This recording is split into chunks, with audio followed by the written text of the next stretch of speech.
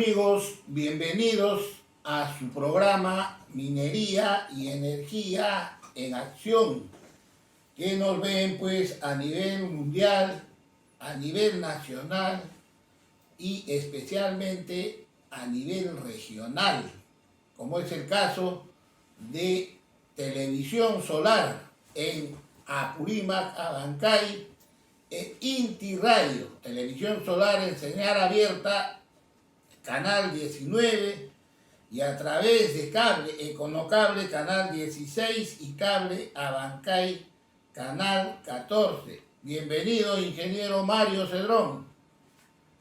Hola Antonio, ¿cómo estás?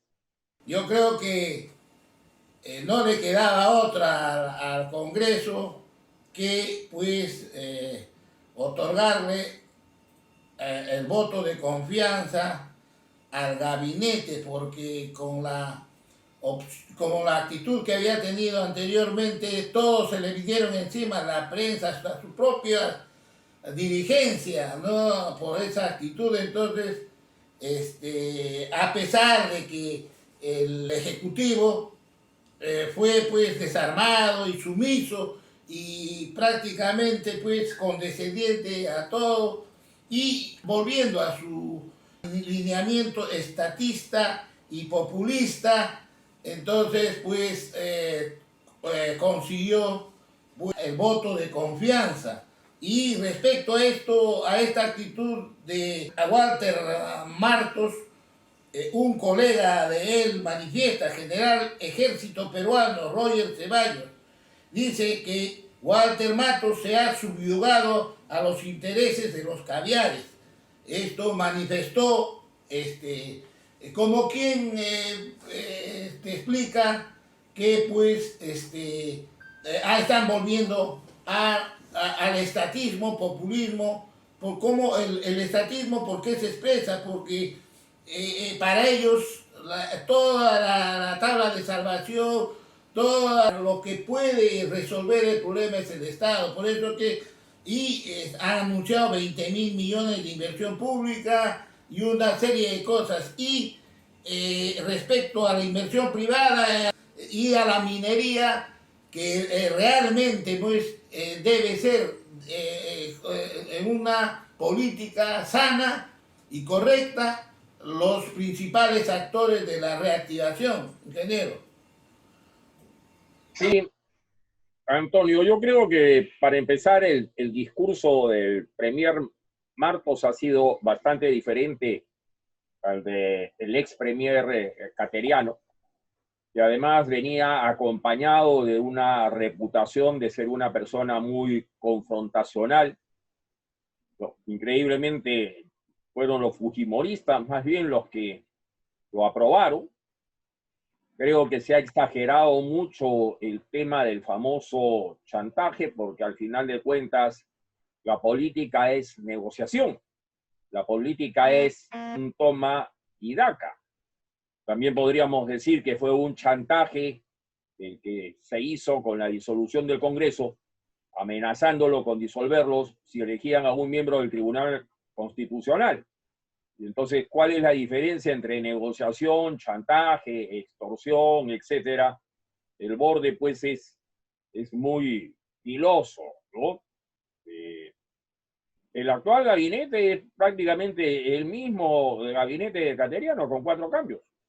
Algunos cambios inexplicables, porque la verdad no entiendo por qué lo cambiaron al ministro de Energía y Minas. El nuevo es una persona con bastante experiencia en el rubro, sin lugar a dudas, pero también ha declarado que solamente irán los proyectos que no tienen conflictos. Entonces me pregunto cuántos proyectos mineros tiene el Perú libres de conflictos. Y si están libres de conflicto, entonces no hay nada que destrabar. Entonces, ¿para qué seguimos hablando de destrabar los proyectos mineros?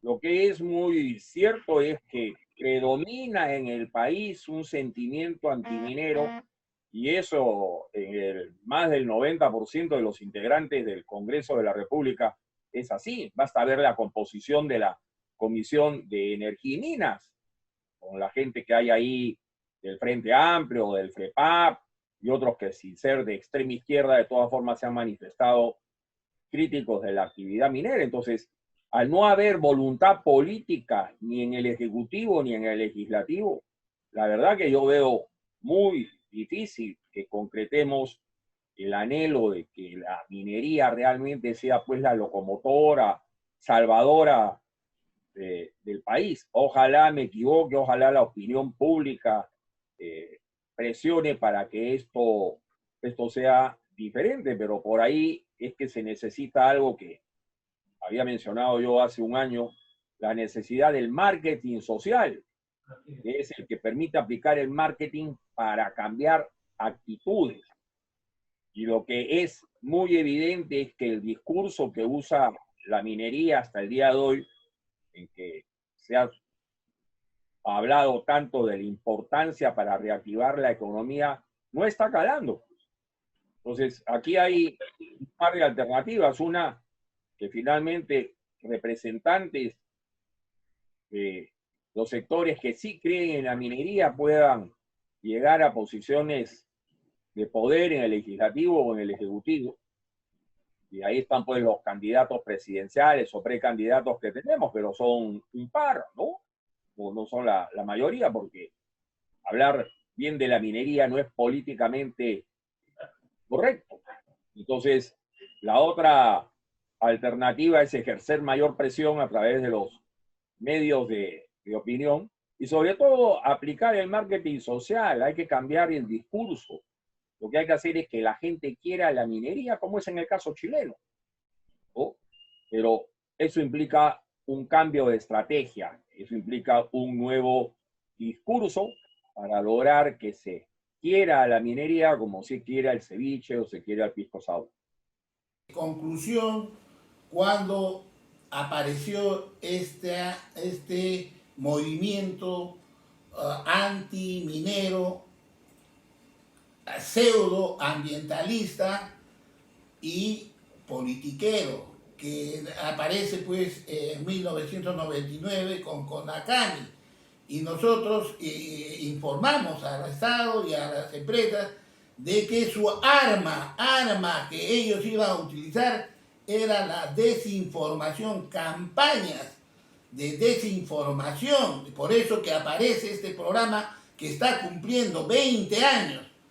El 2000 aparece este programa para poder de alguna manera pues contrarrestar esta campaña, pero pues lejos, millonaria, y una alianza estratégica entre ONGs nacionales con extranjeras, con asesoramiento logístico mundial en marketing social, el marketing social que prácticamente pues han hecho creer a la sociedad y a todos los peruanos de que pues la minería es el mal mayor que tiene el Perú, ¿no? Entonces, y que no se dan cuenta de que definitivamente pues al irse contra la minería se está yendo pues contra el porvenir, con los recursos que debe contar y cuentan los peruanos, porque nuestra economía peruana es economía de minerales, como lo denominan los economistas mineros en el mundo. Es una tipo Australia. Entonces, el tema es de que este marketing minero lo ha absorbido al Estado, a los gobiernos, ¿no? Lo ha absorbido, como hasta ahora. Entonces, y el empresariado privado no se ha dado cuenta, recién está que despierta. Entonces, nosotros, de alguna manera, sin ningún tipo de apoyo, solamente le hemos estado haciendo frente a esta avalancha, porque esto se ha multiplicado peor que el virus, coronavirus. En 20 años hay una constelación de ONGs a nivel regional que son realmente pues populistas, politiqueros, y que han desarrollado una capacitación en todas las comunidades preparando líderes. Prácticamente está tomado el país por esta campaña. Estos son solamente minúsculos grupos, serán pues 100, 200, 300, ¿no? Pero mueven a todo el país. Entonces, como usted dice, hay que ir a los feligreses. Y es sencillo, porque nosotros, como estamos haciendo en Ayacucho, como estamos haciendo en Apurímac, como estamos haciendo en Arequipa y en otros lugares, es sencillo desmentir todas esas mentiras, todas esas falacias, todas esas calumnias que hacen. Entonces ahí mismo se dan cuenta los que no tienen intereses muy enraizados en ese mal, ahí mismo se dan cuenta y pues dicen, no, está mal, y se ajustan a lo que es la verdad, ingeniero. El problema, Antonio, es que de tanto repetir tanta mentira, la gente termina creyéndolas. Ciertos sectores de la minería siguen pensando de que la solución está en el Estado. O sea, la ausencia del Estado, etcétera, etcétera. Hay que convencerse de que el Estado no va a hacer nada, por lo menos en el corto y mediano plazo. Así que solamente le queda a la misma minería cambiar la estrategia, implementar medidas de convencimiento, que es lo que tanto repetimos sobre el tema del marketing social. Porque mientras, repito, no haya la posibilidad de tener autoridades, como Correa en Ecuador, por ejemplo, que siendo un hombre de izquierda entendía muy bien la importancia de la minería. A mí no me gusta mucho la minería, pero sé que es necesaria la minería, y menos me gusta la miseria.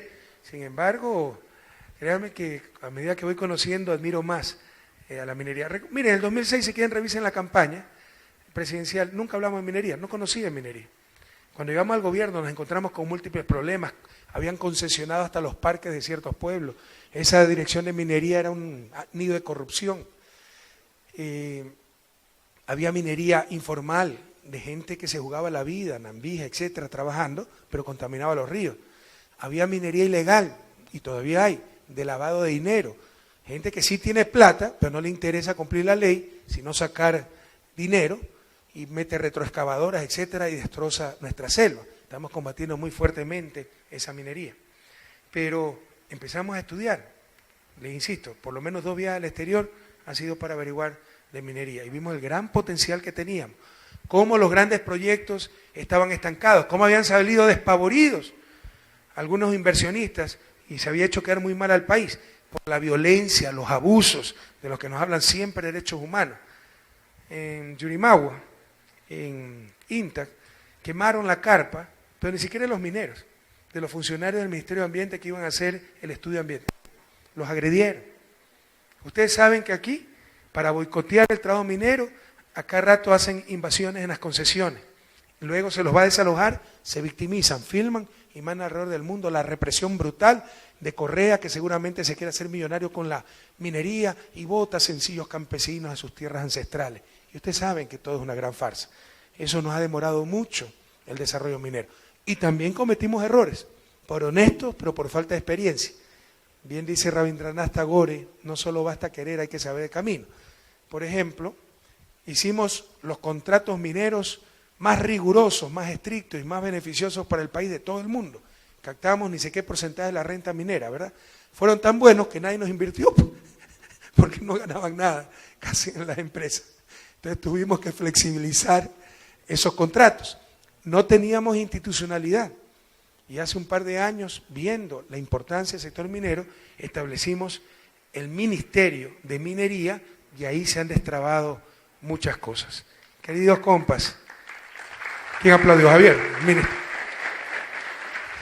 El que empezó a aplaudir fue el ministro de Minas, por saber. No nos neguemos el presente y el futuro. A ver claro, sentir hondo y obrar recio.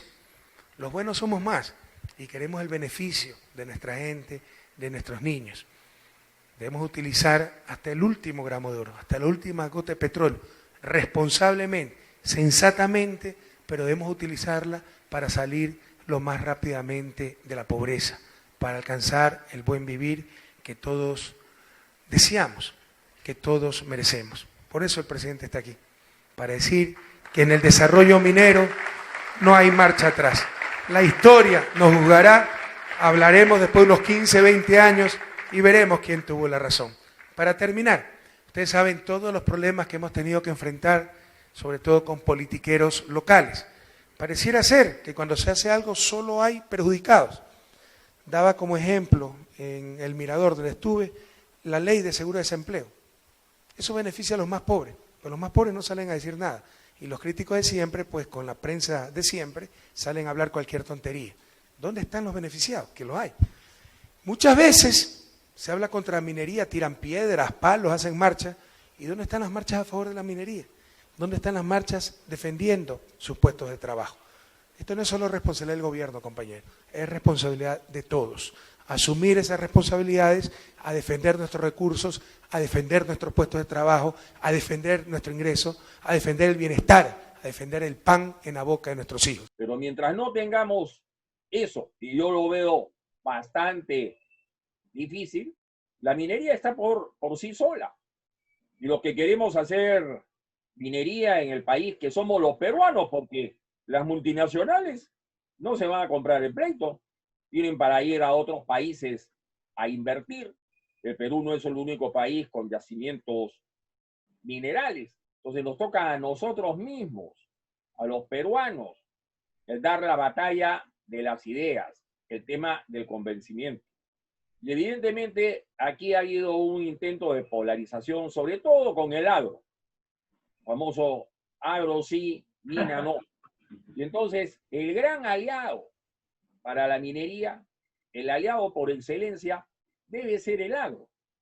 Entonces, muy bien que se estén organizando estos eventos de agrominería, que se empiece a discutir eso, pero imagínate, pues, 20 años después de estallado el problema. Claro, nunca es tarde, pero el camino a recorrer es mucho más largo y mucho más arduo por el tiempo que ha transcurrido. Pero no queda otra. En eso es en lo que debemos estar.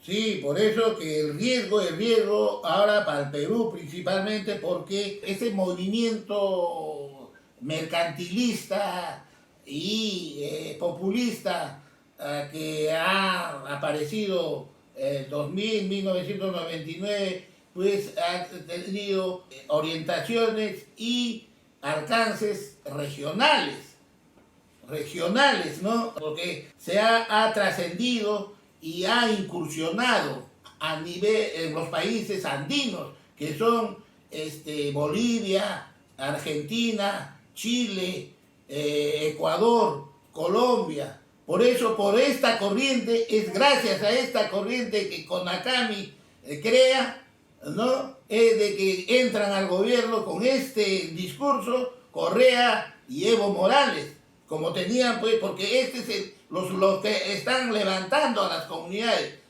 Entonces, ese es lo que no se da cuenta ni el Estado ni nadie, que estas ONG son las que llevan a la rebeldía y a la revolución, que ellos dicen, a la revolución andina, ¿no? Entonces, bueno, eso va a ser otro tema que la coyuntura nos está llevando para poder, pues, discutir en un seminario. Pero el tema es de que todo esto, si no se controla, nos va a llevar a un despeñadero fatal al Perú, ingeniero. Así es. Y lo que falta en el país, que tanta gente lo repite últimamente, es unidad. Igualmente en el sector minero tenemos que poner todos el hombro. Ya no es cuestión de que yo soy gran minería, tú eres mediana minería, y todos estamos en el mismo barco. Y entonces hay que apoyarnos mutuamente.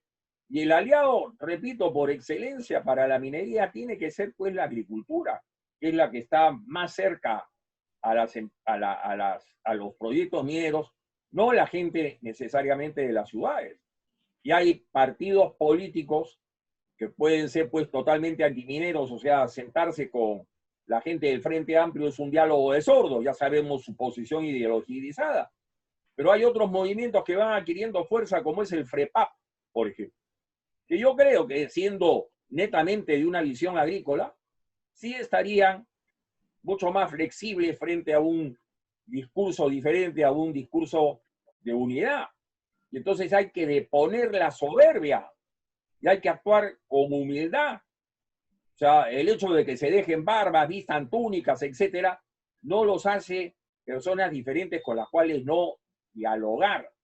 Entonces, eso es lo que se debería buscar, un mayor acercamiento con los potenciales aliados, los movimientos que van surgiendo, etcétera, etcétera. Hay gobernadores que no son 100% antimineros, pero son muy críticos de la minería. Entonces hay que sentarse a dialogar también con ellos. No todos son Cáceres Silca de Arequipa. El mismo Mesías Guevara, que tiene ciertas actitudes, no es un hombre antiminero que digamos en Cajamarca, pero sí tiene otras ideas de cómo llevar adelante el tema de la minería, porque básicamente lo que quiere pues es más recursos. Eso es básicamente lo que quiere el señor Guevara, teniéndolo del Cano. Pero entonces el tema es cómo podemos juntarnos, dónde están los intereses comunes, cómo podemos apoyarnos para sacar adelante a nuestros pueblos. Eso es lo que falta. Eso es necesaria y fundamentalmente esa es la receta para la campaña comunicacional de información y educación, como lo ha reconocido Evo y Correa. Correa, cuando declara que ha tenido que ir a conocer minería a Canadá, a Australia, entonces estudiar porque le habían engañado. Cuando regresa dijo, a mí me han engañado, la minería es otra cosa. Y ¿qué hay que hacer? Pues hay que hablar con la Embajada de Canadá, hay que hablar con la Embajada de Australia para que inviten, por ejemplo, a algunos de estos congresistas como los del FREPA a que vayan a ver la realidad en otros países. Sí, pues, y él mismo después dijo, pucha, que como he conocido la verdadera minería y cuanto más conozco, más la quiero. Esa ha sido su expresión. Entonces, bueno, pues lo que falta es mucho. El 95% de todos los que dudan de la minería o están en contra de ella es porque necesita mayor información. El 5% nomás son los totalmente interesados porque tienen intereses propios, económicos, políticos y todo, es que no pueden cambiar. Pero el 95%, eso se tiene que entender las empresas, que hay un gran trabajo que usted dice en cuanto al marketing social. Y se ha comprobado con un presidente de una república, se ha comprobado que por falta de un marketing social, educacional, informativo, no ha cambiado. Entonces, ¿qué será pues la población común en general? Entonces, bueno, esa es la receta y se tiene que reforzar porque es ahorita la vía de ganar solución al grave problema que podemos tener pues al querer pues entorpecer, al querer frustrar los proyectos mineros, que estamos frustrando el futuro del Perú. Eso se tiene que hacer entender al país. Bueno, en el programa también vamos a tener pues el enlace descentralizado desde Arequipa con el ingeniero Juan Retamoso en su tema minería y politiquería. Entonces, y también vamos a tener un resumen de la conferencia que acaba de dictar el ingeniero Víctor Gobi, presidente del Instituto de Ingenieros de Minas del Perú, por el 41 aniversario de INGEMET, Innovación y Tecnología en Sector Minero. Y como de costumbre, los especiales del Instituto de Ingenieros de Minas del Perú. Con esto y mucho más, volvemos luego de una breve pausa.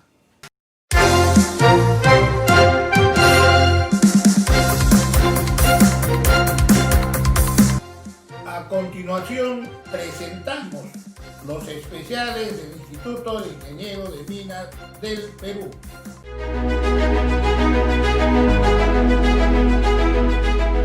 Durante sus 75 años, el Instituto de Ingenieros de Minas del Perú ha sido un sólido referente para los profesionales y empresas del sector por su aporte constante al desarrollo científico y tecnológico de la minería. Como institución líder que agrupa a los mejores profesionales de la industria minera, el instituto se debe a sus asociados, a quienes brinda oportunidades de desarrollo profesional.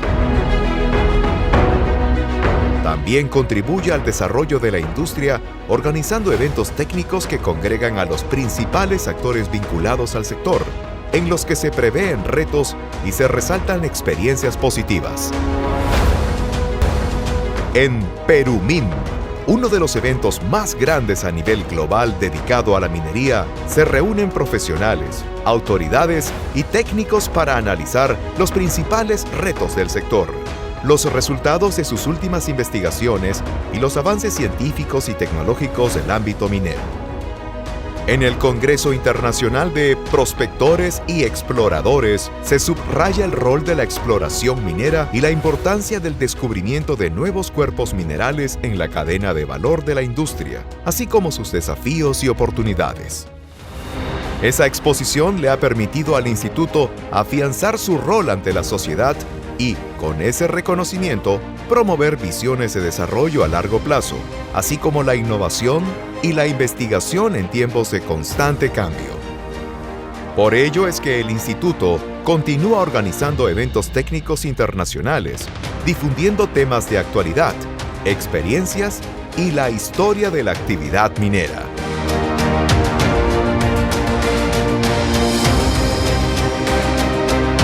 Y promoviendo la reflexión y el debate en distintos espacios. Es por medio de sus alianzas y la divulgación del conocimiento que el Instituto de Ingenieros de Minas del Perú contribuye a promover la inversión y la generación de riqueza, a dinamizar el empleo y las cadenas productivas, vale decir, a fortalecer un ecosistema minero que ha logrado mejoras notables en el sector y en la calidad de vida de la población, especialmente en las zonas más apartadas de nuestro territorio.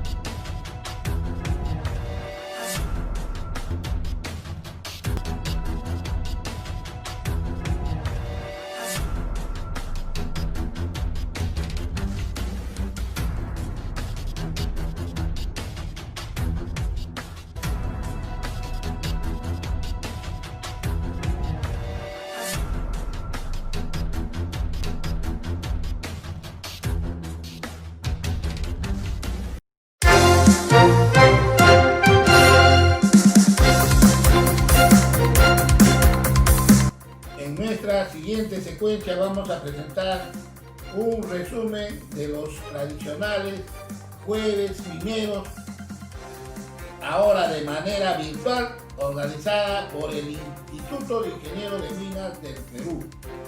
En esta oportunidad se trató el tema ¿cómo hacemos para salir de la crisis del COVID-19? Veamos. Ok, muy buenas noches. Como ustedes saben, el Instituto de Ingenieros de Minas del Perú es un gremio profesional que busca reflexionar acerca del desarrollo del pleno potencial de nuestro país a partir del conocimiento que tenemos de todo nuestro territorio. En ese sentido, hemos coordinado con el doctor Waldo Mendoza, profesor e investigador de la Pontificia Universidad Católica del Perú, para que analice esta gran crisis sanitaria y económica en búsqueda de una estrategia de solución. Para ello, hemos organizado 2 jueves mineros consecutivos. El pasado 6 de agosto se hizo el primer jueves minero donde se planteó el diagnóstico, y el día de hoy, 13 de agosto, la idea es discutir el planteamiento de alternativas. Antes de ceder la palabra al moderador, quisiera también comentarles que el trabajo del profesor Mendoza será publicado en breve por el Instituto. Asimismo, quisiera comentarles que, dada la trascendencia del tema que nos convoca, en esta oportunidad vamos a hacer una transmisión en cadena con las redes sociales de nuestras seccionales que tenemos en la región Piura, Cerro de Pasco, Arequipa, Moquegua, Ancash y Cusco. Y asimismo con las redes de las empresas mineras Goldfields, Las Bambas, Buenaventura y Antamina, y también con las redes de la Sociedad Nacional de Industrias. Sin más, le doy el pase al señor Enrique Castillo, conductor del programa Agenda Política del Canal N, quien nos acompañará como moderador en esta jornada. Adelante, Enrique. Este es un tema común, pero ya estamos aquí y quiero agradecer al Instituto de Ingenieros de Minas por esta oportunidad que me da de no solamente de participar en el Jueves Minero, sino de poder escuchar a un destacado economista como Waldo Mendoza, sino también a 3 panelistas que verdaderamente son de vitrina, de lujo completo. Una ex ministra de Economía como Claudia Cooper, un ex vicepresidente y presidente de la Sociedad Nacional de Industrias como Ricardo Márquez, y un ex presidente de Confiep, y además líder de opinión por naturaleza, Roque Benavides. Así es que tendremos la oportunidad de escucharlos, el privilegio de poder tener este diálogo con ellos. Por 20 minutos escucharemos a Waldo Mendoza y después tendremos varias ruedas de 5 minutos con cada uno de los panelistas para que comenten, para que discrepen o coincidan en los temas que crean ellos convenientes. Así es que por 20 minutos le damos la palabra a Waldo Mendoza. Muy buenas noches, don Waldo Mendoza. Es un privilegio hacer esta presentación, que luego ingresará a una conversación de la que sacaremos algunas lecciones importantes para nuestro país. Déjenme entonces empezar con la presentación, que va a estar organizada en 4 grandes partes. La primera, para presentar este gran dilema que existe entre la salud y la economía, ¿no? Que lo vamos a ver con algunas cifras. Luego vamos a hablar de la emergencia, es decir, qué han hecho el Banco Central de Reserva, qué han hecho el Ministerio de Economía y Finanzas para enfrentar la emergencia. En la práctica es una especie de respirador artificial que se le da a las empresas para que no quiebren, a las familias para que permanezcan en sus casas, etc. Luego vamos a ver el tema de la reactivación, es decir, cómo intentar devolver la producción por lo menos al nivel en el que estaba del año 2019. Y finalmente la parte más importante posiblemente de la presentación, el crecimiento económico, es decir, cómo agarramos ritmo otra vez para que nuestra economía vuelva a crecer a los ritmos de la década de las primeras 2 décadas de este siglo. La tarea de la reactivación. ¿Qué es reactivar? Procurar, si el producto estaba en 100 y se nos ha caído a 60, digamos, reactivar significa cómo lo devolvemos por lo menos a 100. Eso es reactivar. Y en realidad la tarea de la reactivación va a ser dura, ¿no? Porque las proyecciones que tenemos son proyecciones de caídas inmensas. Nunca hemos tenido caídas de este tipo en este siglo ni en el siglo pasado. Hay que retroceder hasta 1880 para ver caídas de 32, 33% durante la guerra con Chile. Entonces, ahí están las proyecciones, todas son fuertes. Entonces, ¿qué se puede hacer o qué está empezando a hacer el gobierno en materia de reactivación? En primer lugar, la reactivación va a ser complicada. ¿Por qué? Las familias se han gastado su CTS, han sacado su AFP, se han endeudado con la bodega de la esquina, han vendido algunas cositas. En los siguientes meses y posiblemente en los siguientes años van a tener que reconstituir su pequeño patrimonio. Las empresas, a pesar de Reactiva Perú, lo que están haciendo es endeudarse. En los próximos años van a tener que dedicarse a pagar esa deuda. El gobierno también se ha endeudado porque tiene déficit fiscal. En los siguientes años va a tener que ahorrar, cobrar impuestos, gastar menos. Por lo tanto, el contexto para reactivar no se mira bien. ¿Qué puede hacer el gobierno? ¿Qué puede hacer el Ministerio de Economía y Finanzas? En realidad, ahora está apoyando, estamos usando los ahorros que teníamos, pero en los siguientes años el MEF va a tener que buscar reconstituir sus finanzas públicas. Va a tener que buscar gastar un poco menos, recaudar un poco más. Por lo tanto, no va a tener fuerza para reactivar la economía. El único espacio que hay es en la inversión pública. Allí, felizmente, hay fondos suficientes para hacerlo. Tanto los fondos que no se han podido gastar hoy, como los fondos que hay del canon y las regalías, que en este momento tienen como 5.000 millones de soles. ¿Qué puede hacer el Banco Central? Poco también, y ya no puede seguir bajando la tasa de interés, ¿no? Entonces los márgenes de acción del Banco Central también se ven limitados. Dependiendo cómo evalúe, cómo avance la coyuntura, en una de esas haga falta un Reactiva Perú 3.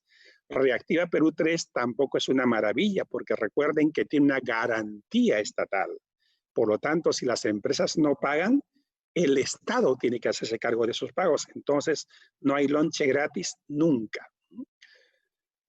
Vayamos al punto final, al crecimiento económico, es decir, cómo hacemos para que la economía peruana empiece a retomar crecimientos de 3, 4% al año sostenidamente. Una condición necesaria es que tenemos que restablecer la solidez de nuestras finanzas públicas. La solidez de las finanzas públicas en concreto significa, por ejemplo, esto. En 1990, el Perú pagaba 9% del PBI como intereses de la deuda pública. Actualmente, la inversión pública es como 4.5, o sea, utilizamos el doble en pagar solo intereses. En el 2019, solo 1.2% de interés. Por lo tanto, hay que reconstruir las finanzas públicas. La deuda pública, que va a subir fuerte este año, tiene que bajar en los siguientes años.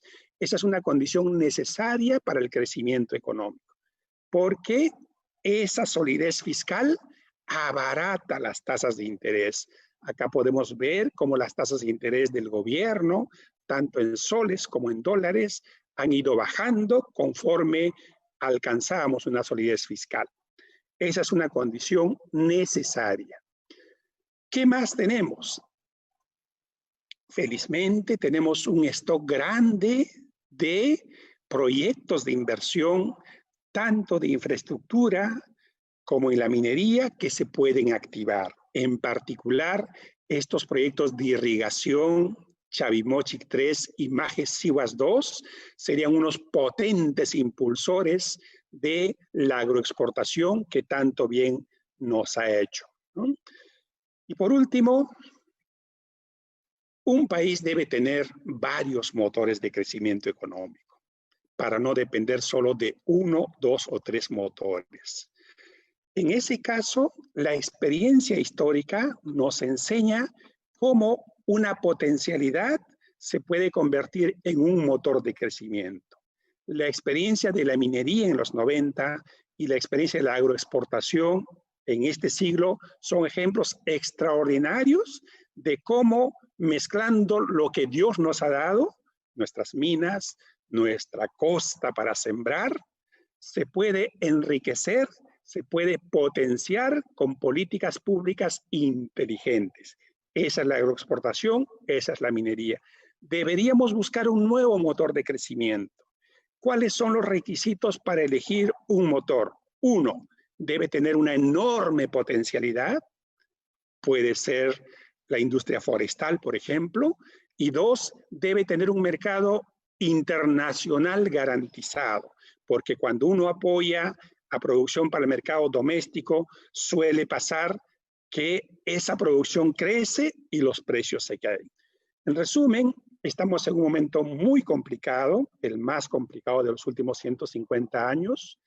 Tenemos potencialidades que podemos aprovechar, pero esto no va a ser posible si en el camino aparecen trabas, algunas de ellas procedentes del Congreso de la República con proyectos de ley que dificultan en particular esta tarea de reconstrucción de las finanzas públicas, que es una condición necesaria para el crecimiento económico. Muchas gracias. Don Waldo Mendoza, muchísimas gracias a usted. Vamos ahora a iniciar esta ronda de comentarios y pues ahora escucharemos con mucha atención a quien es actual presidenta de la Bolsa de Valores de Lima y fue ministra de Economía, Claudia Cooper. Adelante. Gracias, Enrique, y mil gracias al Instituto por haberme convocado a este, en verdad, interesantísimo panel. Viendo la presentación de Waldo, uno se queda, pues, a veces preocupado y desolado, ¿no? Lo que estamos viendo hoy día es que el Perú está en una encrucijada sumamente complicada, teniendo este terrible dilema si priorizar la salud o priorizar digamos, la salud financiera de las personas, sobre todo las personas más pobres del Perú. La realidad es que en las dos cosas no estamos yendo bien, y hay mil razones por las cuales eso ocurre, y yo no quisiera ahondar en eso, y quisiera más bien ahondar en cómo podemos hacer para mejorar la situación hacia adelante. Lo primero que vemos son números muy complicados, sobre todo en lo económico, en el tema de empleo. Cuando uno empieza a ver las cifras más bien de la actividad económica, uno ve que la apertura económica alguna influencia positiva tuvo, ¿no? Y vemos que hay sectores que empiezan a reactivarse y de alguna manera, si uno ve la situación del PBI, o sea, de la producción, vemos pues que de alguna manera daban cierta esperanza de que podíamos ver algún tipo de mejora. Lo que es devastador es el empleo. Y entonces lo que uno ve es que el paquete económico que planteó el gobierno, fue un paquete que inicialmente cuando yo lo vi me pareció bastante bien diseñado, digamos, era algo que habían diseñado muchos países serios en el mundo, es decir, apuntalamiento del sector salud, bonos para los más vulnerables, digamos, mantener la posibilidad de que los más vulnerables puedan sobrevivir, un sistema de garantías ambicioso, etcétera, etcétera. ¿Cuál fue, creo yo, el problema? Y el problema fue el engranaje de ese paquete con el resto de los actores que tenían que implementarlo. Básicamente el propio Consejo de Ministros y el Congreso. Y en realidad los actores peruanos en general. Si uno veía el paquete, el paquete original estaba hecho para una duración de una cuarentena muchísimo menor que la que terminó siendo, un sistema de garantías que de alguna manera también originaba préstamos que no tenían ningún tipo de correlato con el tamaño o el tiempo en que las empresas iban a estar paradas.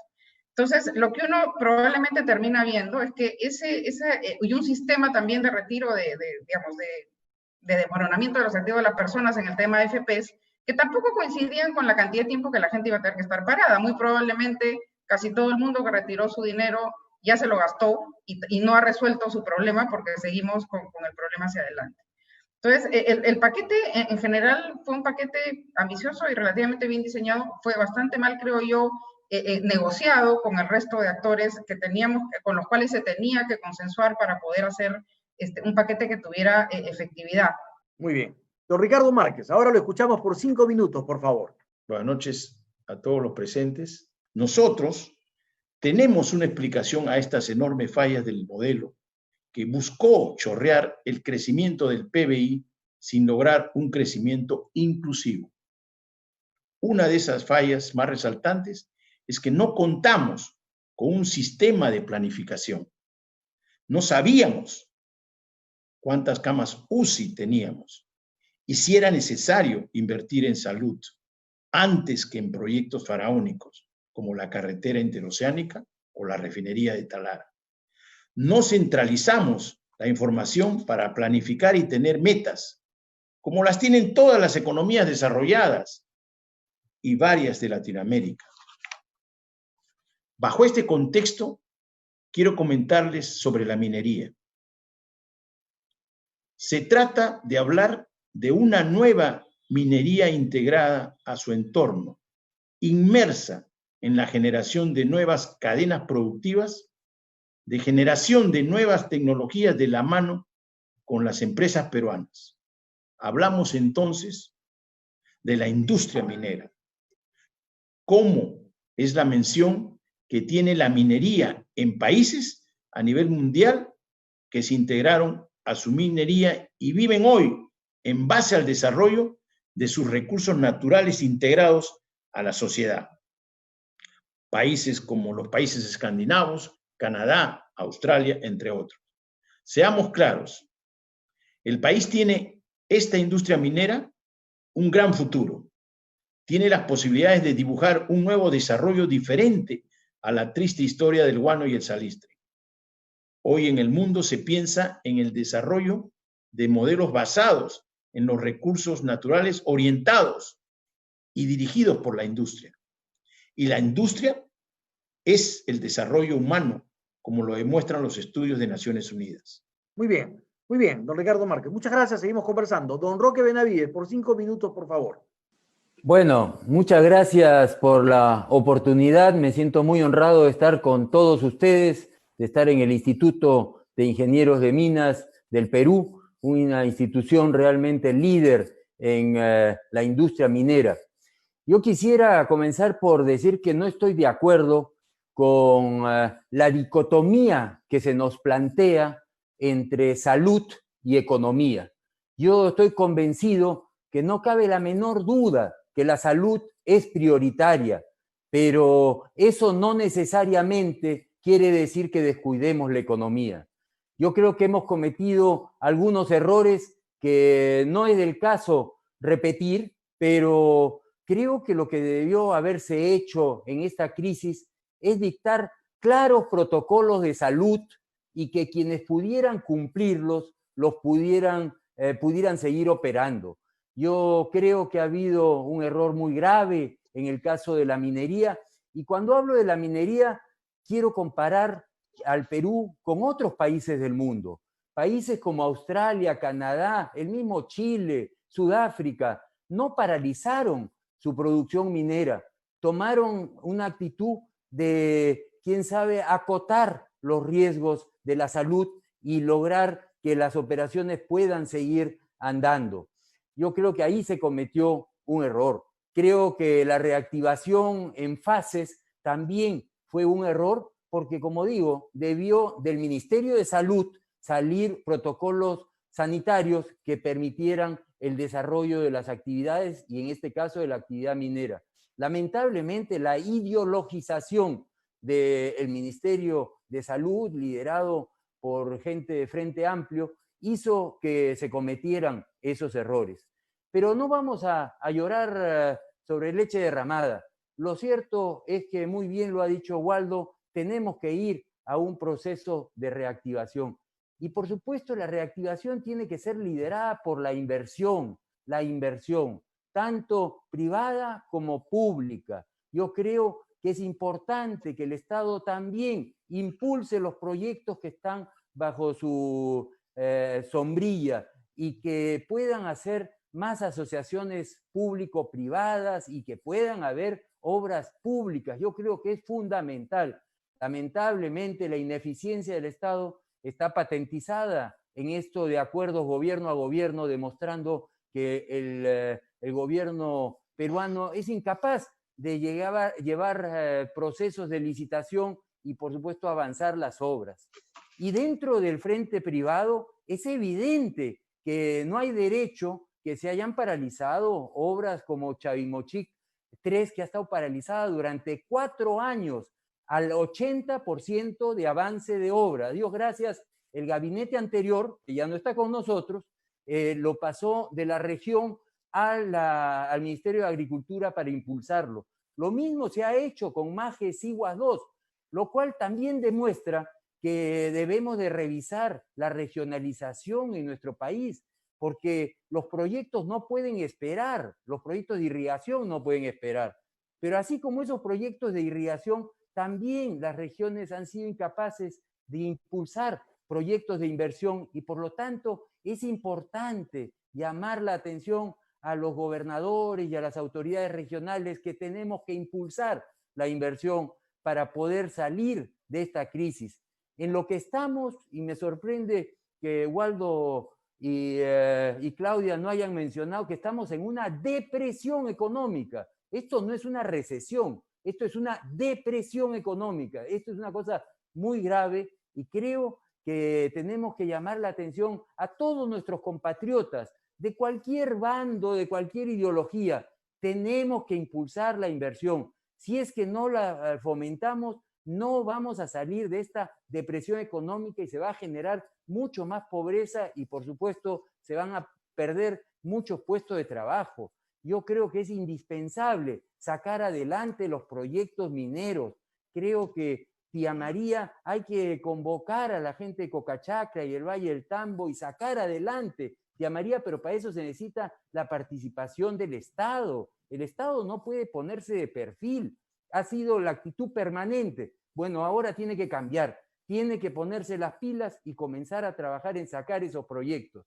Sacar, por supuesto, San Gabriel y sacar Zafranal y sacar Mina Justa y todos los proyectos del sur que pueden reactivar el sur de nuestro país. Y en el norte, Michiquillay, Galeno,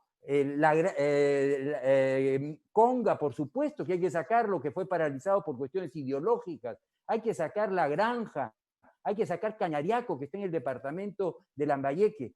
Recordemos que en los proyectos mineros se insume más mano de obra, se generan más empleos en el periodo de construcción que en el periodo de producción. Es muy importante en esta crisis, en esta depresión económica, generar puestos de trabajo. Y la manera de hacerlo es fomentando la construcción y, por supuesto, integrándonos a la industria nacional usando productos de la pequeña y de la microempresa. Don Waldo Mendoza, muchísimas gracias por esta posibilidad que nos ha dado de escuchar su exposición y sus comentarios. Claudia Cooper, muchísimas gracias. Pocas veces se le ve a Claudia, pero cuando está, pues habla muy claro y tiene la capacidad y la experiencia para decirnos cosas realmente valiosas. Don Ricardo Márquez, muchísimas gracias, que no lo vuelvan locos los chinos. Y don Roque Benavides, también muchísimas gracias por la claridad con la que siempre habla. Siempre él dice que hay que romper el pacto infame de hablar a media voz y él lo cumple. Así es que muchísimas gracias a todos ustedes, ha sido un lujo, y muchísimas gracias al Instituto de Ingenieros de Minas. Así es que yo dejo en el uso de la palabra a don Víctor Gómez. Gracias, Enrique. Yo solamente reiterar las gracias a todos. Como dije al inicio, este es un espacio de reflexión y este hecho inédito que estamos viviendo queremos plasmarlo en un libro. Creemos que el tema requiere documentarse, requiere difundirse. Y reitero, el agradecimiento a todos por la atención que nos han brindado. Muy buenas noches.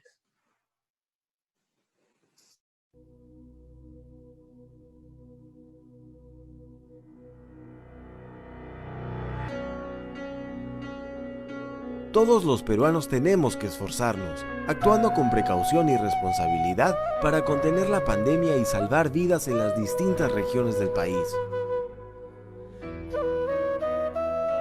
Los mineros trabajamos en aislamiento natural, con una sólida cultura de prevención y en ambientes controlados que reducen al mínimo la posibilidad de transmisión del coronavirus. El sector minero invierte mucho esfuerzo en nuestro desarrollo personal y, especialmente, en garantizar nuestra salud mediante capacitaciones y protocolos certificados. En la minería formal, la tasa de enfermedades respiratorias y el índice de ausentismo por enfermedades infecciosas están muy por debajo del promedio nacional, y los trabajadores mineros están comprometidos con el cumplimiento disciplinario de una serie de medidas para obtener el pase de ingreso a mina. Examen médico completo, evaluación médica minuciosa, durante la estadía en campamento, uso de mascarilla y equipo de protección, estrictas normas preventivas, distancia física, campañas sobre bioseguridad, control de temperatura, organización en cuadrillas, sistema de cuarentena, lavado continuo de mano, durante el transporte de personal, distancia física, medidas de higiene y prevención. Nada como continuar trabajando con precaución y responsabilidad.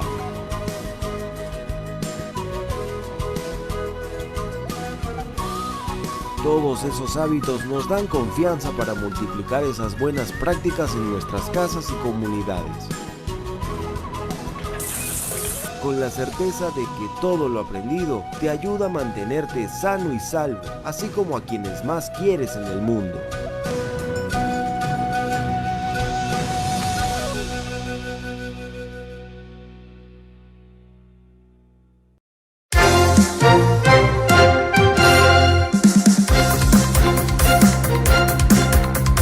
A continuación vamos a presentar un resumen de la conferencia realizada con motivo del 41 aniversario del Instituto Geológico, Minero y Metalúrgico del Perú, INGEMEL, por el ingeniero Víctor Gobi, presidente del Instituto de Ingenieros de Minas del Perú. El tema fue innovación y tecnología en el sector minero. Veamos.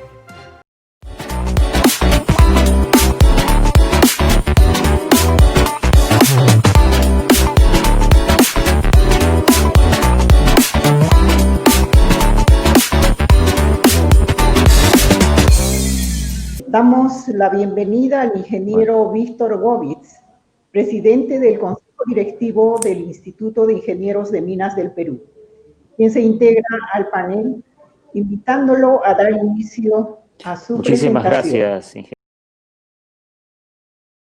ingeniera Vilca. Les agradezco esta oportunidad de hacerles una presentación sobre la innovación y la tecnología en el sector minero. Esta presentación tiene tres grandes temas. El primero es tratar de reflexionar por qué es importante la innovación. En el segundo tema vamos a hablar específicamente de algunos ejemplos de innovación que se están aplicando en Compañía de Minas Buenaventura.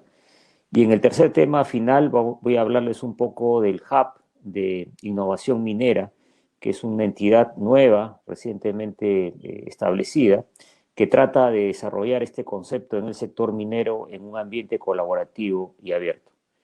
La siguiente lámina, por favor. La innovación en general en la industria es un imperativo, ¿no? Es un imperativo porque explotamos un recurso no renovable y obviamente a lo largo del tiempo ese recurso renovable desde el punto de vista geológico es cada vez más difícil encontrar yacimientos de alta ley. Cada vez los yacimientos están ubicados en sitios más profundos, en sitios remotos, o enfrentamos desafíos como exceso de agua o calidad de roca más débil. Y obviamente eso requiere permanentemente que la industria incorpore el concepto de innovación. Es más, lo que estamos viviendo al día de hoy, esta pandemia, también nos ha puesto un desafío adicional y nos ha visto también visiblemente la importancia que tenemos en tratar de automatizar, digamos, retirar al mayor número de personas de los frentes de trabajo. Y obviamente eso no quiere decir menos empleo, va a significar más bien un empleo de más alta productividad en el área de soporte, llámese ingenieros mecatrónicos, ingenieros electrónicos. Seguramente va a haber un número mayor de participantes y sin duda también siempre van a haber geólogos, mineros y metalurgistas. La siguiente lámina, por favor. Ok, la minería del futuro va a estar el tema de la energía. En el tema de la energía también hay oportunidades de mayor eficiencia. ¿Por qué la energía? Porque es el principal componente del costo, el principal insumo que consume la industria. Llámese ganar eficiencia, tenemos igual ahí también un desafío como país en ganar calidad en la transmisión y minimizar las pérdidas. La siguiente lámina, por favor. Y obviamente en esa minería la digitalización también va a estar presente. Al lado izquierdo un poco ustedes pueden ver lo que hasta el día, esta es una foto muy reciente, es una foto donde ustedes ven ahí un equipo de supervisión que con su plano está en el campo, está dentro de la mina, evaluando la información antes de visualizarla en vivo y en directo, como se dice. Y esa minería del futuro seguramente va a requerir menos personas, la productividad de esas personas va a ser más elevada, pero como repito, detrás de ellos va a haber un equipo de soporte, obviamente con un nivel de productividad más alto del que al día de hoy tenemos. La siguiente lámina, por favor. Y claro, en el caso de la industria minera y particularmente en el Perú, el desafío siempre va a ser maximizar, ganar más eficiencia en el uso del agua. ¿Es posible? Sí, sí es posible. ¿Se puede hacer algo más que recircular aguas? Sin duda. Se puede ser no solamente almacenar, no solamente recircular, sino almacenar agua, tratar de crear una suerte de economía circular y que esa economía circular ayude no solamente a la operación minera a ser más eficiente, sino lograr de que esa tecnología se traslade al entorno donde operamos. Nosotros operamos en un entorno desafiante en lo que se refiere a clima, en lo que se refiere a altitud, y tenemos ahí una agricultura que si logra incorporar esta tecnología, podría generar igual un cambio tecnológico muy importante en favor de la actividad de agricultura en este caso. La siguiente lámina. Y acá, ya casi terminando, el ejemplo de San Gabriel. San Gabriel es un proyecto, es el último proyecto que está desarrollando, el más avanzado que está desarrollando Buenaventura. Inicialmente fue estudiado como un tajo abierto. Buenaventura finalmente se decidió por un minado subterráneo. Es un proyecto que está en la sierra de Moquegua, en Ichuña, donde hay dos comunidades campesinas, la comunidad campesina de Corire y la de Hoyo Hoyo. Y aquí el concepto es, vamos a tratar, o Buenaventura va a tratar de desarrollar este proyecto, esta nueva mina, con estos conceptos, ¿no? de energía renovable. Es un área, esta parte sur del Perú tiene un tremendo potencial de energía solar. Vamos a tratar de electrificar lo más posible las operaciones y vamos a tratar también de tener la mayor nivel de conectividad para intentar tener analítica avanzada de los equipos para el tema de mantenimiento, eventualmente teleoperación, como les dije, seguramente en la perforación, y algunas actividades iniciales de automatización. La siguiente lámina, por favor. Obviamente, en el lado de geología también, en el lado izquierdo lo que quería mostrarles una foto clásica de cómo siempre hemos ido al campo y mapeado. Ahí uno podría irse hacia atrás, hacia los años 50, y veríamos a un geólogo con su plancheta, pero eso ha ido evolucionando y obviamente hacia el lado derecho ustedes pueden ver lo que ya se está usando, las tablets, para prácticamente en línea estar mapeando y tener la información actualizada. La siguiente lámina, por favor. Un tema que también hemos venido trabajando es el tema de comunidades. Sabemos que este virus no solamente está impactando a la salud, está impactando a la economía, y la economía más vulnerable, obviamente, en el caso minero, el más cercano es el entorno donde opera, y en ese sentido hemos venido trabajando, generando ideas y planes de trabajo para generar empleo, generar actividad económica en el entorno donde operamos. Y ahí, por ejemplo, hemos logrado incorporar al BID en este esfuerzo, como una organización nuevamente que ve que bajo un modelo colaborativo su esfuerzo, su capital tiene un efecto multiplicador, ¿no? La siguiente lámina, por favor. La comunicación es otra herramienta, pásalo por favor, la siguiente lámina. Y acá quería mostrarles quiénes son los que al día de hoy componen este hub de innovación. Al lado derecho lo pueden ver, está Goldfields, está Nexa, Nexa es importante mencionarlo porque Nexa es una compañía brasilera y peruana, y en Brasil ellos han desarrollado este Mining Hub, que está acá en la parte inferior, que también forma parte de esto. Ellos han tenido un modelo de colaborativo anterior al nuestro y muy bien desarrollado. De alguna manera hemos tomado como ejemplo el Mining Hub de Brasil, y Nexa, la empresa brasilera, peruana, ha sido clave para este esfuerzo. Obviamente también está Buenaventura, está Poderosa, y como gremios está la Sociedad Nacional de Minería, y está como organización académica también está Gerex. La siguiente lámina, por favor. Ya terminando, eso es un poco el concepto, repito, el tema de la colaboración y la generación de conocimiento, inteligencia colectiva en un modelo abierto es clave, y más aún generando, tomando ventaja de que el hub, al igual que el INGEMET, al igual que el Instituto de Ingeniero de Minas, es un espacio que logra atraer y juntar a todo este ecosistema, ¿no? Y ahí termino, creo yo. La siguiente lámina. Eso era, sí. Muchas gracias.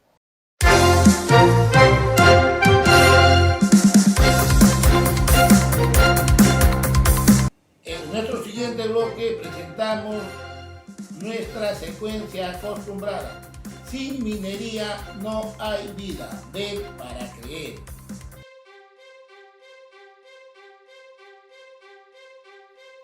La minería en tu vida. ¿Sabías que la minería está presente en casi todas las cosas que forman parte de tu vida? Sin la minería, miles de cosas cotidianas desaparecerían. Por ejemplo, el reloj despertador usa fierro extraído de la hematita y el vidrio viene mayormente del cuarzo.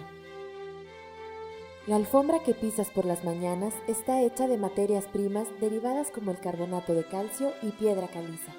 La electricidad se transmite por cobre, el cual viene de la calcopirita. El filamento de tungsteno proviene de la wolframita. El agua que usas pasa por tuberías que se recubren con zinc. Las navajas de acero contienen cromo del mineral cromita. El talco en polvo viene del mineral talco. El pan viene de campos de trigo fertilizados con fósforo de fosforita. Los platos se elaboran con arcilla. La sal se deriva del mineral halita. El teléfono puede tener más de 40 elementos obtenidos de minerales, y así podríamos seguir por horas con infinidad de materiales que usas todos los días. ¿Ves el impacto que tiene la minería en tu vida?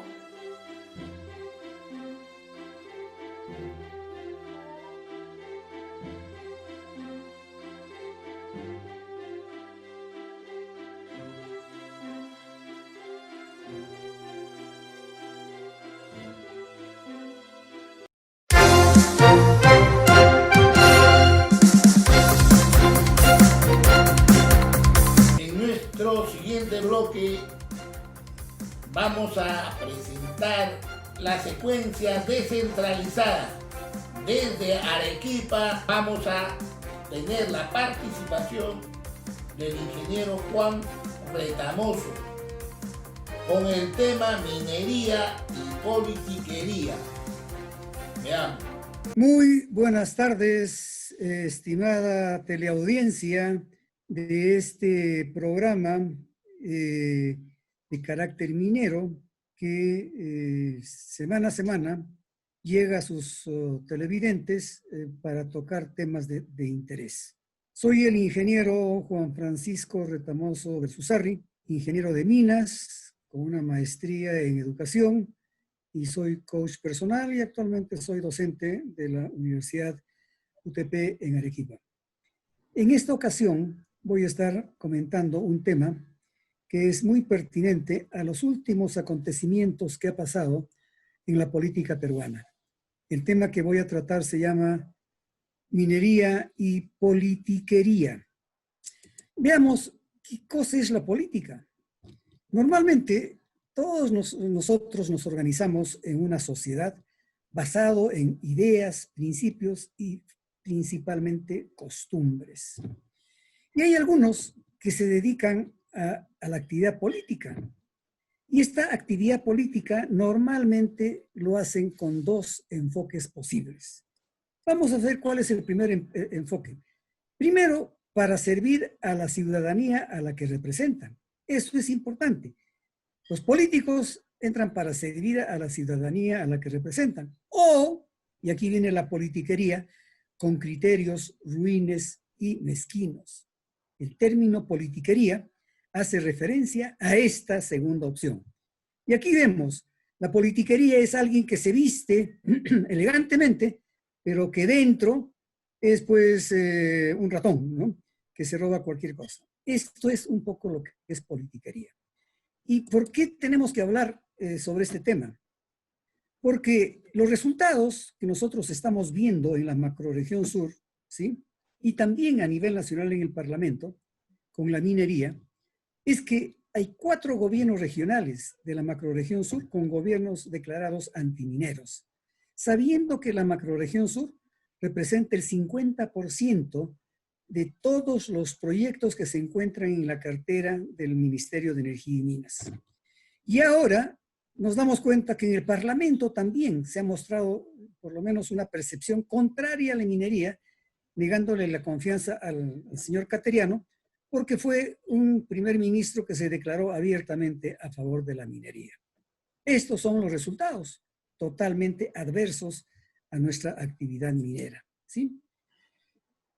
¿Qué cosa es lo que nosotros observamos, los que estamos en el campo, ¿no?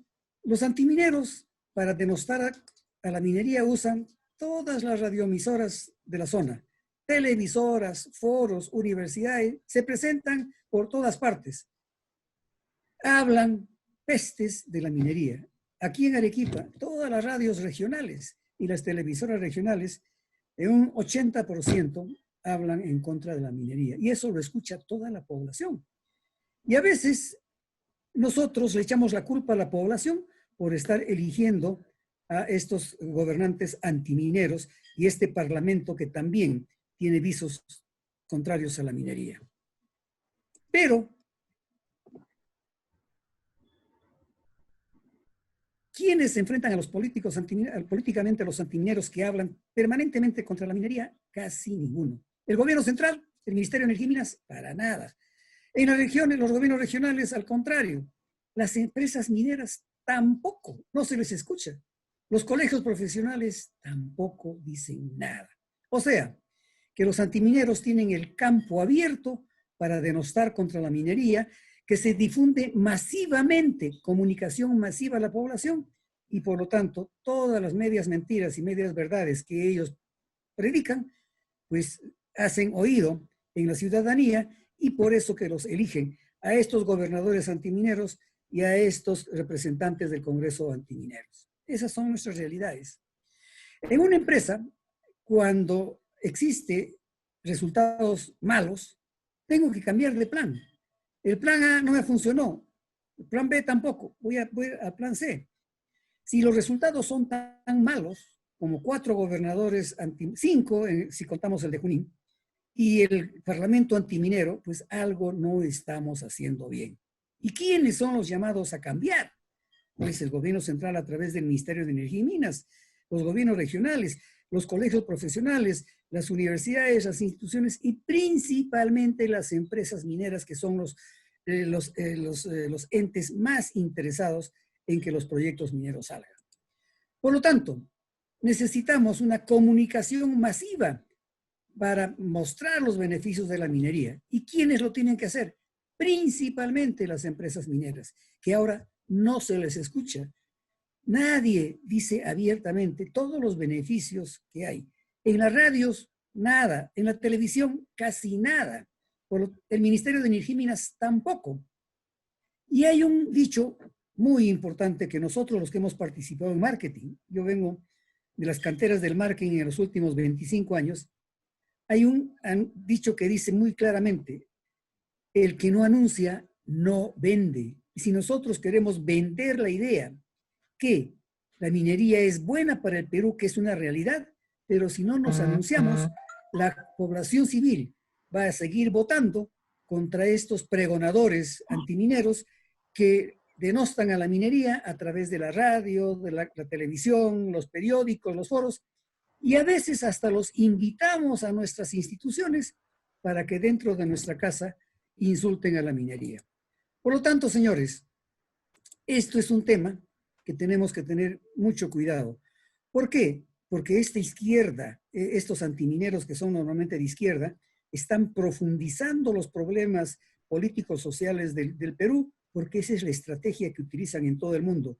Cuanto más profunda es la crisis, pues el pueblo los estará eligiendo a ellos como los salvadores que van a llegar al gobierno y nos estaríamos dirigiendo a convertirnos nuevamente en una Venezuela, que cuando estos señores agarran el poder no la sueltan nunca. Tenemos casos como el de Cuba, como el de Venezuela, como el de Nicaragua, como casos casi como el de Bolivia, el de Argentina y de Ecuador. Señores, esto es un problema sumamente delicado. Muchas gracias.